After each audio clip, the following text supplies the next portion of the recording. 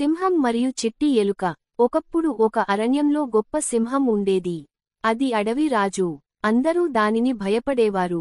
ఆ సింహం రోజూ జంతువుల్ని వేటాడుతూ తన జీవనాన్ని గడిపేది. ఒక రోజు సింహం తన గుహలో నిద్రపోతున్నప్పుడు ఒక చిన్న ఎలుక ఆ గుహలోకి వచ్చింది. అది ఆటలాడుతూ సింహం మీదకి ఎగిరింది. అప్పుడే సింహం మేలుకుంది. కోపంతో అది ఎలుకను తన పంజాతో పట్టుకుంది.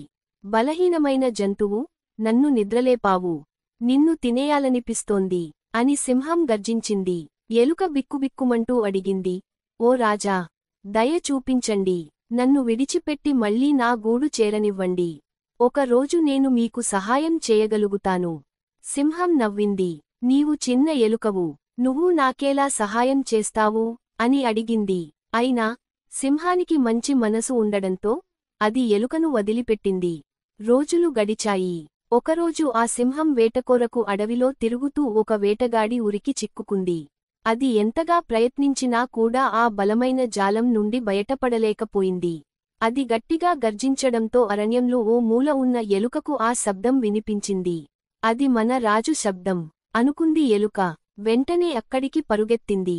సింహాన్ని ఆ ఉరిలో చిక్కినట్టు చూసి దాని పదునైన పళ్లతో ఆ ఉరిని కొరికి తుంచేసింది.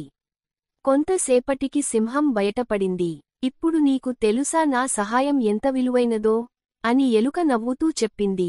సింహం ఆశ్చర్యంతో, ఆనందంతో, నీకు కృతజ్ఞతలు, చిన్నదానివి అయినా నీ చిత్తశుద్ధి గొప్పది అని చెప్పింది.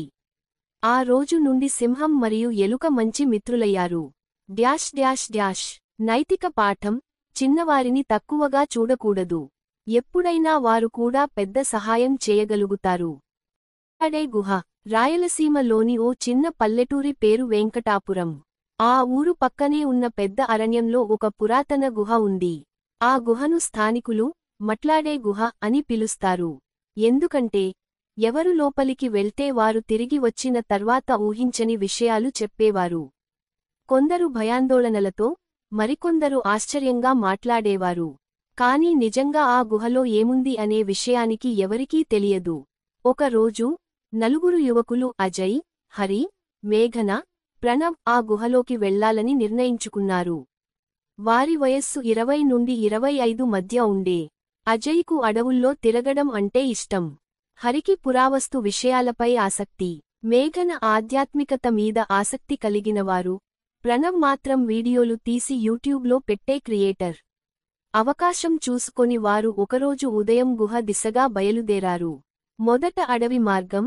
కొన్ని గంటల నడక తరువాత వారికి గుహ దర్శనం కనిపించింది. గుహ తలుపులు పెద్దగా కనిపించకపోయినా లోపలికి వెళ్తే ఓ చీకటి తివాచీలా అనిపించేది. కాని ఎవ్వరూ వెనక్కి తిరగలేదు. గుహలోకి ప్రవేశించిన వెంటనే అందరికీ ఒక్కొక్కగానో వింత అనుభూతి మొదలైంది. మేఘన తన మనస్సులోని ఆలోచనలు స్పష్టంగా గుండెలో వినిపించుకుంటోంది. అజయ్కు చిన్ననాటి దుర్ఘటనలు గుర్తుకు వస్తున్నాయి. హరి చుట్టూ చీకటి లోపల పురాతన శిల్పాలు, లిపులు కనిపిస్తున్నాయి. ప్రణవ్ తీస్తున్న వీడియోలలో ఎవరూ లేని చోట ఎవరైనా ఉన్నట్టు ప్రతిఫలిస్తుంది. ఒక ఘడియలో గుహలో ఓ వింత శబ్దం వచ్చింది. అది మానవ స్వరం లాంటిది. అది ఇలా చెప్పింది, మీరు ఎవరో కాదు, మీలో ఉన్న భావాల ప్రతిబింబమే ఈ గుహలో మాట్లాడుతుంది. భయపడకండి. మీ చిత్తశుద్ధిని పరీక్షించండి. ఇది విని వారు ఆశ్చర్యపోయారు. మరింత లోపలికి వెళ్లగానే ఒక పెద్ద మందిరం లాంటి గది వచ్చింది. అక్కడ నలుగురు ఒక్కొక్కరిగా వారి గతం, భవిష్యత్తు, లోతైన భయాలు, ఆశలు అన్నీ కనిపించాయి. ఆ దృశ్యాలు ఎవరికీ ఇతరులకు కనిపించలేవు. ప్రతి ఒక్కరికి అది వారి మానసిక యాత్ర. ఒక గంట తర్వాత వారు గుహ బయటకు వచ్చారు. ఎవరూ ఒక్క మాట కూడా మాట్లాడలేదు. కానీ ఒక్కో మనిషిలో గొప్ప మార్పు వచ్చింది. అజయ్ బాధలను అంగీకరించి జీవితాన్ని మళ్లీ ప్రారంభించాడు. హరి పురావస్తు పై పీహెచ్.డి చేయడానికి నిర్ణయించుకున్నాడు. మేఘన ధ్యానం నేర్పే గురువు అయింది. ప్రణవ్ మాత్రం గుహ మంత్రం అనే డాక్యుమెంటరీ విడుదల చేసి ప్రపంచం దృష్టిని ఆకర్షించాడు. కాని ఎవ్వరూ ఆ గుహలో వాస్తవానికి ఏమి జరిగింది అనే విషయాన్ని పూర్తిగా చెప్పలేకపోయారు.